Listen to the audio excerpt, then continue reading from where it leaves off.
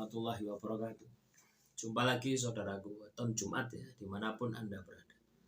Menanggapi komentar saudara kita ya, saya ini wanita ya, meninggalkan suami dan anak ya, demi masa depan yang lebih baik lagi.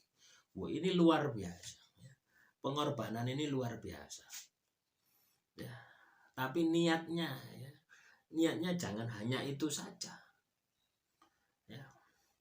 Niat yang utama itu adalah ibadah ya. Walaupun katakanlah ya, menafkahi itu bukan kewajiban Anda ya. Tapi kalau Anda bergerak seperti itu diizini oleh suami ya, untuk masa depan Anda, untuk anak Anda, loh ini hasilnya luar biasa. Jadi Anda di negeri orang itu niatnya ibadah. Supaya apa ya? Supaya mendapatkan keberkahan ya. Tidak hanya mendapatkan materi ya. Tidak hanya mendapatkan uang saja, tapi Anda mendapatkan keberkahan. Nah, ketika berada di luar negeri, yo ojo seneng-seneng toh ya. Anda harus memikirkan bagaimana usaha nanti sekembalinya di Indonesia gitu loh ya. Karena kadang ya ketika pasangan kita ya ditinggal di Indonesia ya, kita jujur terus ya, kita kirimi uang terus ya, akhirnya terbiasa hidup mewah ya, akhirnya menggantungkan diri kepada Anda. Ujung-ujungnya ketika pulang ndak dapat apa-apa, ndak nyentel apa-apa, akhirnya Anda ndak serantang kembali lagi lah. Sampai kapan Anda berada di negeri orang gitu. Nah, ini yang Anda harus manajemen juga gitu ya. Manajemen juga diatur juga supaya apa? Supaya tidak lama-lama ya, Anda ini berada di negeri orang ya. Ada pepatah mengatakan hujan emas di negeri orang lebih baik hujan batu di negeri sendiri. Loh ini ya itu teman-teman ya. Itu pepatah ya.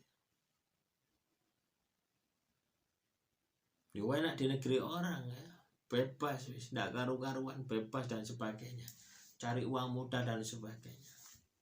Nah, apakah Anda bisa seperti itu? Ya mungkin sehari 2 hari Anda bisa pikir seperti itu, tapi sepanjang harinya ya, sepanjang Anda tinggal di negeri orang ya pasti kepikiran sama keluarga, sama di tempat tinggal Anda. Nah, itulah yang disebut dengan sawang sinawang ya. Orang melihat dari Indonesia, enak kerja di luar negeri. Orang sing di luar negeri, enak kerja di Indonesia. Bisa ketemu dengan keluarga. Kalau ini kan apa ya? Sawang sinawang. Jadi teman-teman nonton Jumat, manakala Anda ini ya, bekerja di luar ya, jauh dari keluarga Anda harus punya manajemen. Anda harus punya target manajemen masa depan Anda.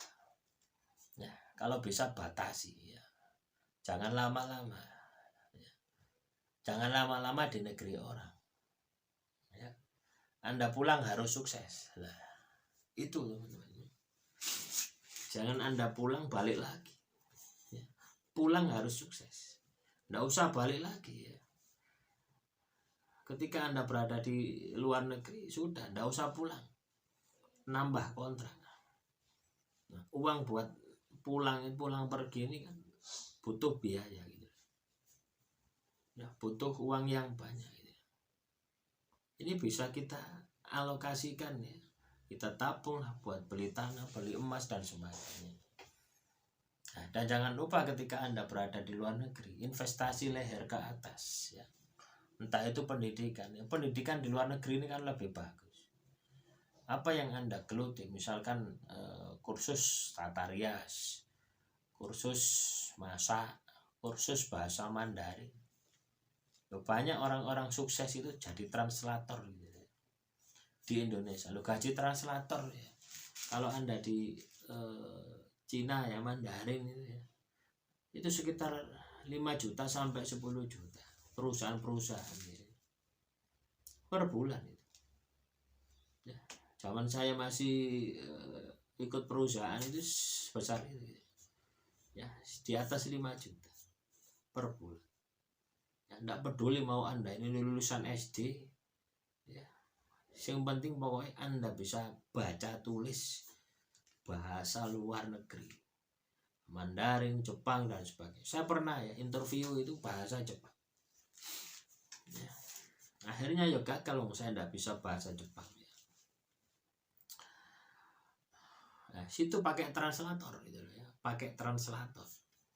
Ya, cewek gitu ya, translator cewek pinter bahasa Jepang. Waduh, andai saya seperti dia, ya wis, ya, saya sudah ke Jepang gitu. Yo iya teman-teman ya, perusahaan Unicam ya, pembalut itu kan punya orang Jepang. Nah, saya gagal ya di situ ya, bahasa ini enggak menguasai. Pernah juga gitu ya, bahasa Inggris saya ini jelek gitu. Ya. Jadi studi kasus, saya kerjakan kasusnya jelek-jelek ya, ditinjau dari segi hukum, kasih persoalan hukum, saya selesai bagus pakai bahasa Indonesia. Tapi masalahnya ya, kliennya ini luar negeri semua dan kantornya itu ada di Singapura sama di Amerika. Yo gagal saya. Loh, itu penting teman-teman. Jadi manfaatkan ya bagi teman-teman TKI yang berada di luar negeri. Manfaatkan untuk belajar bahasa. Ya. Itu bisa Anda ya. Kalau Anda tidak mau bekerja di perusahaan-perusahaan ya, Anda bisa kursus privat gitu. Di SD senang gitu. Misalkan 1 bulan ya bayar 100.000, berapa kali pertemuan, rame, pasti rame. Itu juga sudah bisa jadi mata pencarian Anda sekembalinya di Indonesia. Makanya manfaatkan ya teman-teman TKW, Anda ini berada dimanapun juga, itu Anda manfaatkan untuk belajar leher ke atas ya. Jelek-jeleknya belajar bahasa, belajar nulis. Kalau bahasa kan tiap hari Anda ngomong ya, Anda juga lengkapi dengan nulisnya gitu ya. Kadang bisa ngomong tapi tidak bisa nulis ya, nulisnya ini juga Anda lengkapi sehingga ketika Anda pulang itu terstruktur ya, bahasanya seperti ini, tulisan Cinanya seperti ini, bahasa Jepangnya seperti ini, tulisan Jepangnya seperti ini. Nah, gunakan ketika holiday, hari Minggu gitu. Itu bisa Anda gunakan. Nah, sambil diasah setiap hari. Jadi Anda harus mempersiapkan ya, ketika Anda berada di luar negeri ya, ojo mek seneng-seneng toh holiday gitu ya, wis jalan-jalan, traveling kemana-mana, loh ini rekreasi lah. Nah, kalau Anda ikut dengan pola budaya sana gitu ya, nanti Anda tidak akan kerasa di Indonesia gitu ya. Indonesia ini jarang orang traveling, itu jarang ya, kalau tidak sukses itu gitu. Nah, maka dari itu ciptakan dulu kesuksesan, rekoso sih ya, tirakat sih ketika Anda ini berada di luar negeri. Demikian ya, panjang lebar ya, kemana-mana. Semoga bermanfaat. Wassalamualaikum warahmatullahi wabarakatuh.